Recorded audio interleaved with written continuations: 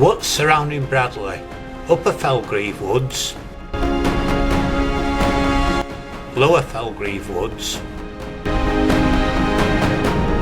Bradley Gate Woods, Dyson Woods and Screamer Woods have a fascinating history that can be traced back to the times of Edward the Confessor, who reigned from 1042 to 1066.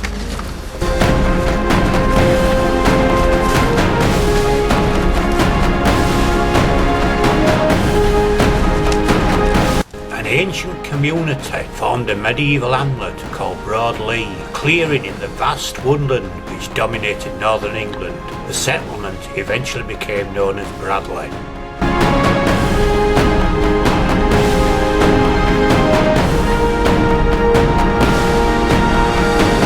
Iron smelting was one of the earliest industries in the area by the monks of Fountains Abbey. In Upper Felgreve Woods you can still see the depressions in the woods where the iron ore was mined and the fuel for charcoal was provided by the trees. This industry was in decline by the year 1300.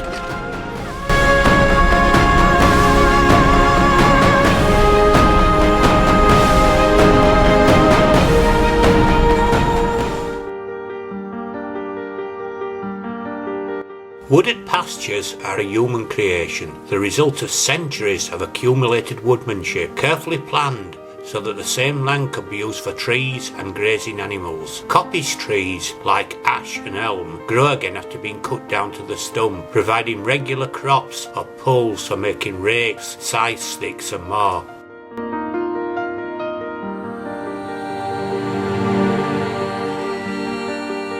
In 1177, the wood was granted to Fountains Abbey, which was once the richest and most powerful Cistercian monasteries in England, at a rent of 10 shillings per year. The monks utilised the well-known method of coppicing in order to produce a crop of round wood for charcoal burning, as well as mature timber for building.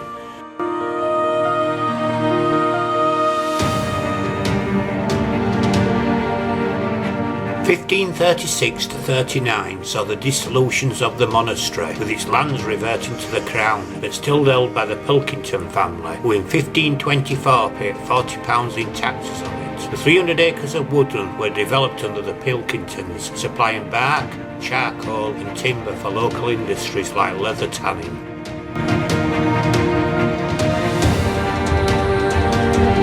Leather was popular because it was flexible, durable and had many purposes. It was used for making shoes, belts and harnesses, as well as cups and bottles to keep water cool. Evidence of another important industry which took place in Bradley Woods lies in the discovery of tenter posts by the stream in the woods. From the 14th century, long before the explosion of textile mills in the late 18th century, tenter crofts were areas outside hamlets where tenter frames stood in the open air and were used to stretch and dry woolen cloth with tenter hooks, hence the expression we still use today, to be left on tenter hooks. Wool combing, spinning wheels and Webster's looms are part of the equipment in every farmstead.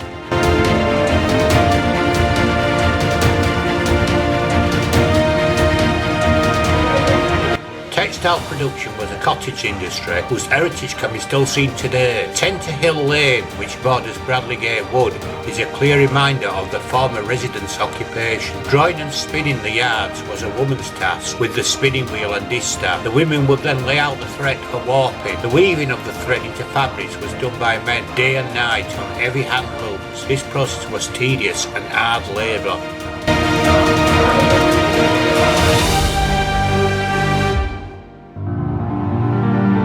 The Conqueror gave land and houses to those who had come over from Normandy with him. That left those who had fought against him homeless and frequently condemned to living in the forests. The woods provided fuel, food and shelter for these people. Forest animals such as deer, elk and wild cattle, pig and birds were all hunted, and berries such as blackberries were eaten. Allegedly, Robin Hood was one such outlaw. He fled to the Calder Valley, where he died in the Kirklees Priory by Bradley Park Woods. Legend says he was betrayed by his aunt, the prioress, who left him to bleed to death. In the grounds of the priory lies his unofficial grave. Little John is said to have cursed the priory forever, and some people believe that Robin Hood's grave radiates a mystical aura which has attracted the attention of spiritualists. Stories suggest that it is a site of devil worship, vampires and haunters, as well as being a venue of a series of unexplained murders and tragic accidents which seem to bear out Little John's curse.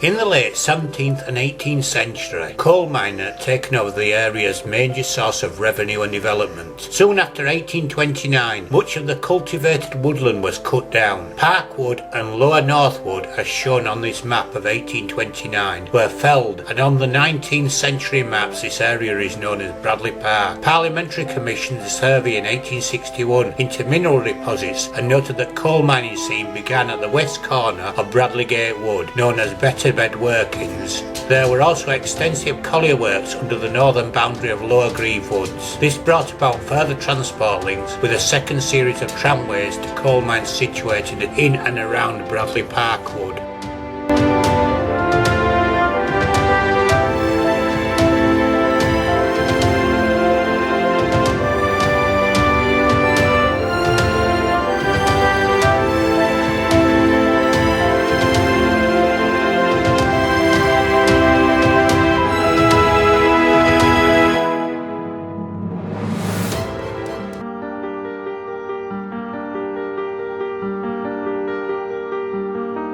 The oldest and most important road in the area was Bradley Road, previously called Bradley Lane, which had its origins in medieval times. The quiet remnants of Bradleygate Lane, which runs up the eastern side of Lower Fellgreave to join Bradley Road, and along with Shepherdstown Lane, was once the main road connecting Huddersfield to Brighouse. Along it would run pack horses moving goods between the towns.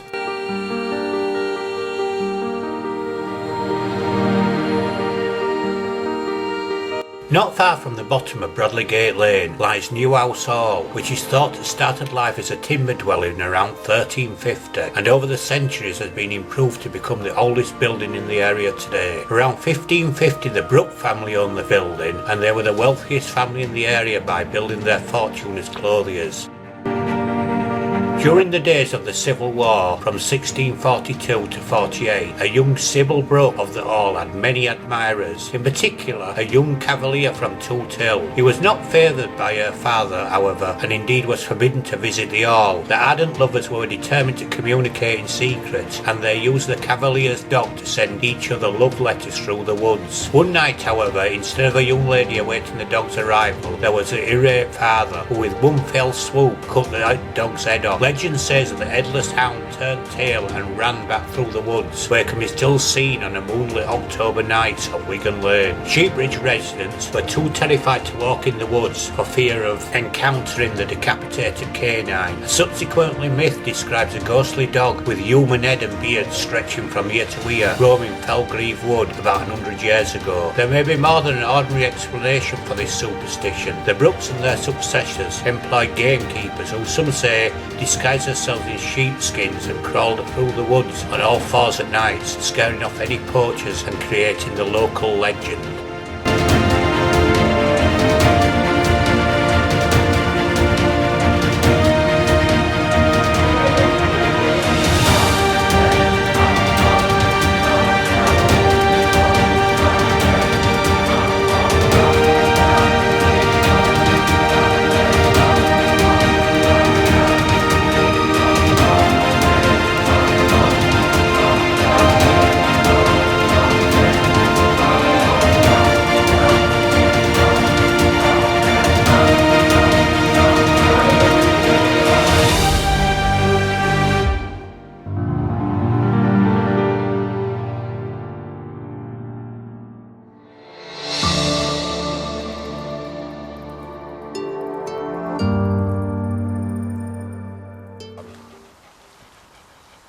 just like to take a moment to thank Woodscape for the excellent job they do looking after these woods. It's a lovely place to come out with your dogs.